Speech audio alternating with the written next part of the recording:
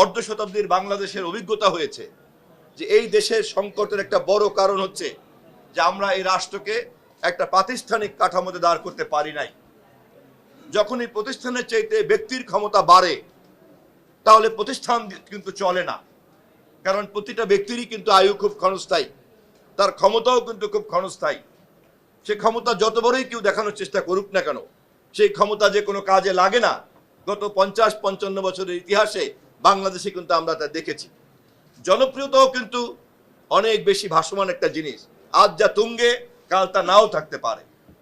আমি আপনাদেরকে বিনীতভাবে অনুরোধ করব, আমাদের নেতা দেশনায়ক তারেক রহমান 31 দফার মধ্য দিয়ে রাষ্ট্রকে আমরা একটা প্রাতিষ্ঠানিক জায়গাতে নেওয়ার চেষ্টা করছি। সেই ধারাবাহিকতাতে আমরা দেশের সকল প্রতিষ্ঠানকে প্রাতিষ্ঠানিক করতে চাই। স্টে সেফের ডাবল লেয়ার প্রোটেকশনই পিরিয়ডের হেভি ফ্লোর দিনগুলোতে আমাকে রাখে নিরাপদে। Stay safe.